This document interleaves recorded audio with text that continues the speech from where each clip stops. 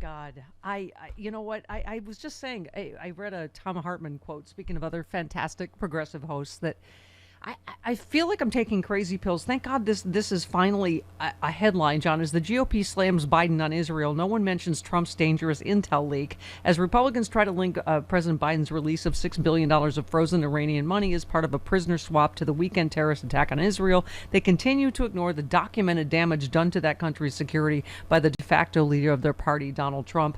Less than 4 months into his terms, the coup-attempting former president was bragging to Russian Foreign Minister Lavrov and Ambassador Kislyak during their Oval Office visit about the quality of the briefings he was receiving, and as proof, offered details about a secret Israeli intelligence operation into Syria. Israeli intelligence officials were incensed upon learning of the leak because, given Russia's close ties to Iran and Syria, they had to assume their local source for information had been compromised and possibly killed, according to Israeli press accounts at the time. Right. If indeed Trump, out of innocence or ignorance, leaked information to the Russians, there is a real danger to sources that it took years to acquire into our working methods, according to an Israeli intelligence source.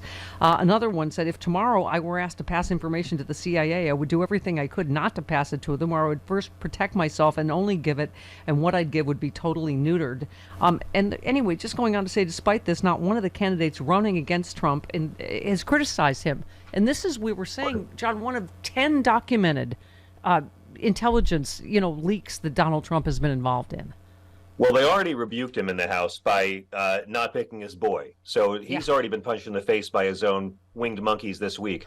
But, I don't really need to talk about what Donald Trump did 6 years ago in the Oval Office. Whenever I hear these lies about the $6 billion, 4 questions. Whose money was it?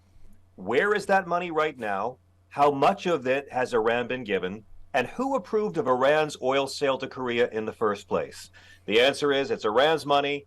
That money's in Qatar in a bank. $0 have been given. And this attack was in the plans for 2 years. And it was Donald Trump who approved Iran's oil sale. But one of the most depressing things about this week is how the most evil people on earth, Steph, are trying to capitalize off of it. Putin is exploiting it to distract from his genocidal invasion. Yeah. Netanyahu is exploiting it to distract from his corruption and trying to fire the judges in his own country. Trump is exploiting it from his 91 criminal charges in 4 jurisdictions. And the Republican Party is exploiting it to try to distract from the fact that they cannot govern. Yeah. They are incapable of governing. Just watch them. We make a joke, John, out of how is this Biden bad? Any story, and you knew like on cue in 3, 2, 1. And as you just talked about the $6 billion of Iranian money, which is their money, and is, as you say, sitting in a bank in Qatar, not a cent's been spent. You said the Biden administration. This story is saying the Biden administration has defended the release of the money as a way to help get 5 American citizens who had been unjustly detained in Iran back home. Officials point out the money can only be spent for food, medicine, and other humanitarian purposes.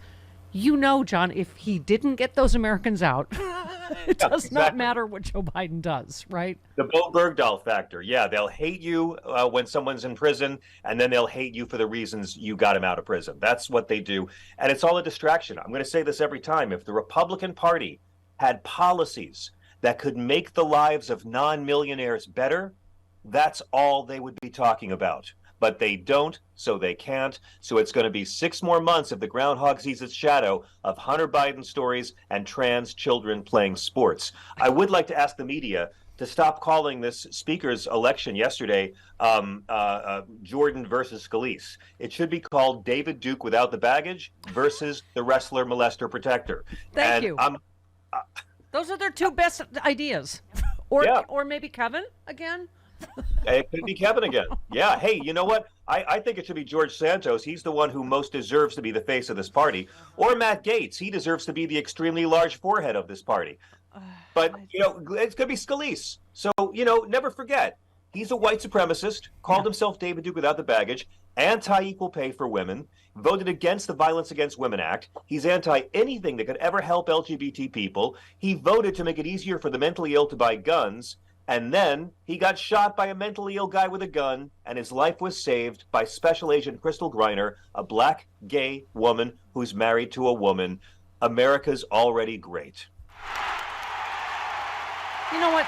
That's what you go to sexyliberal.com for, because you could see that live, or you could get pay-per-view. And we have another surprise we're working on.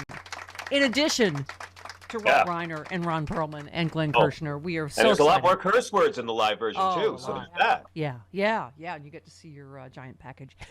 John. What? Wow. What now?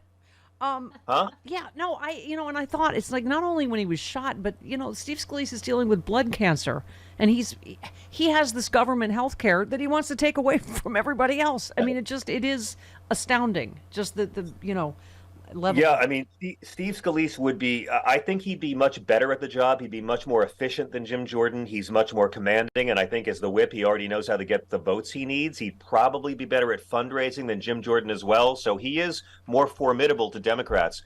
But having said that, please let this be the guy we run against. Let this white supremacist do nothing be the guy who shuts down our government in 38 days?